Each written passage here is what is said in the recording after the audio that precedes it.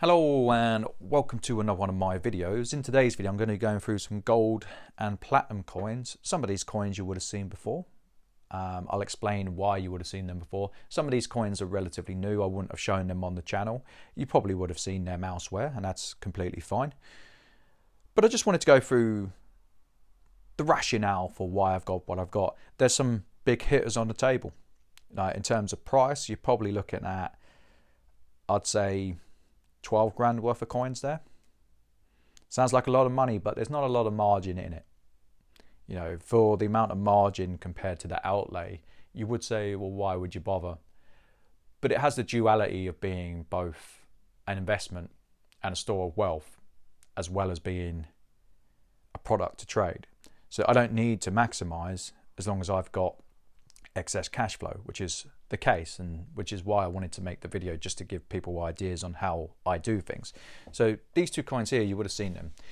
They come from the auction where I had to ask my very good friend very nicely if he would take his day off and take me to I think it was like a 11-hour round trip to pick them up, because I made a bit of a boo-boo. Now when I got back, the price of gold had dropped, and it went from being a decent position where I maybe slightly paid a bit more than I should have done, but it was profit in it, to the profit being completely wiped out. But now gold's gone on a bit of a charge again. I think it will go a bit further. There's always a bit of a lull before Christmas, or at least if memory serves. If someone has evidence contrary to that, then fair enough. But now I'm in a position to kind of get rid of it. This coin here I bought just before Christmas. It came in with some other coins. It came from the gentleman up in Glasgow. I say Glasgow, we call him Glasgow man. So I had no biters at spot plus post, but now spot's risen, as I'm looking at it, 185 a gram. You know, I can now move this for under spot and still maintain what I was trying to make. Not a problem with that. I've always run it like that. There's often an argument on the groups that when spot goes up, dealers are the first people to raise the price, and when spot goes down, dealers won't lower the price. And from experience, I don't actually think that's true. I don't personally do it. Do other dealers do it? I guess some do, but not many. Or not all of them, sorry. I don't have a black book of contacts for every dealer in the country. Everyone operates differently, but from experience, it doesn't work that way. This coin here, you would have seen. So I had an agreement with a gentleman. I told him pretty straight. I was like, I'm a man of my word. You know, if the price drops, I still expect payment. I haven't heard from him since. I'll probably hear some excuse. I've pretty much heard them all, not to be cynical, but I've had a lot of people in the past say, yep, I'll commit to buy to that, and when spot price drops, they go missing, or they come up with an excuse. Sometimes it's the car, sometimes it's the wife. It's part and parcel of human nature. I won't be dealing with that gentleman again though. I told him in no uncertain terms that if he agreed to buy it, that's final. And I know there's going to be some people saying, well, that's very heavy-handed. But you get to a point in life where you can't be bothered with it. I don't want to deal with him. It's not about the money. I don't really care about the money. If I make slightly less on this coin, it's completely okay. It's the principle. And I'm not trading like that. If I give you my word and spot price goes up, my word is final. That's how I've always traded. I expect the same from the people I'm dealing with. And if those people can't hit that standard, then don't deal with me. Or I won't deal with you. I'm not giving you the choice. Not these days anyway. So this coin here, this come from a local guy to me. He messaged me when I was actually in the car to pick up the auction lots. And he asked me about this coin. He said, what am I paying for it? I quoted him the price, and he said he'd think about it. I wasn't expecting him to come back and sell it.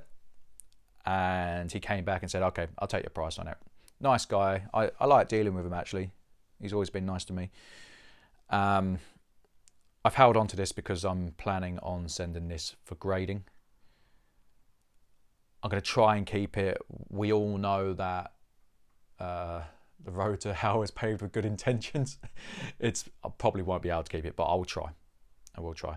How long I'll keep it for is another matter, but if I send it for grading, it could be gone for 4 months these days, which, is it problematic? Now I've cleared my tax bill. No, it isn't. I've got a healthy pipeline of stock coming in. I've got a healthy reserve of coins to sell. So it's just a case of working through it. And also I've got the added benefit that I'm burning through stamps at about £1,000 a month. As soon as I've gone through them, well, as soon as I use them, it's free cash flow because I've already invested in it a long time ago. So every month I trade, the more I have, which works for me. Now let's get on to the platinum. I just wanted to show some big gold coins. I thought it'd be nice for people. Now the platinum coins, I bought this auction. I had an absolute steal on this. I've offered out the 40 grammer. I think this came in about £200 under spot. Let me have a look because I've got it on the spreadsheet. I think spot's 24. Oh, it was 24. So there's 70 grams. So spot is 16.80 current price. I paid,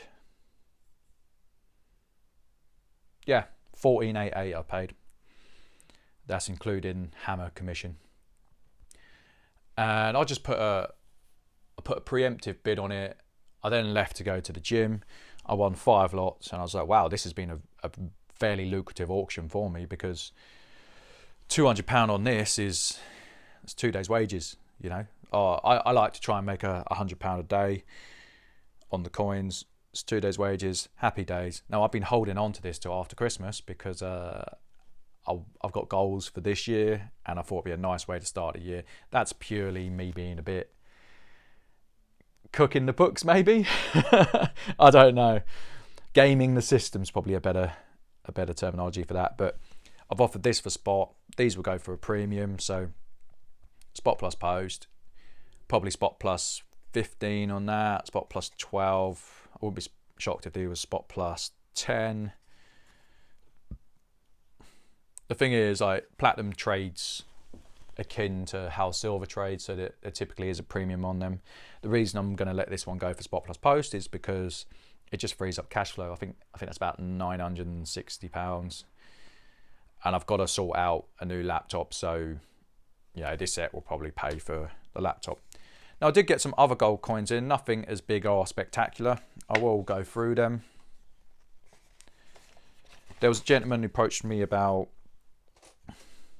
He had some sovereigns and he had some international gold coins. I paid him more than I probably would have liked, but equally with the sovereigns, there was enough in it for me to be fine with that.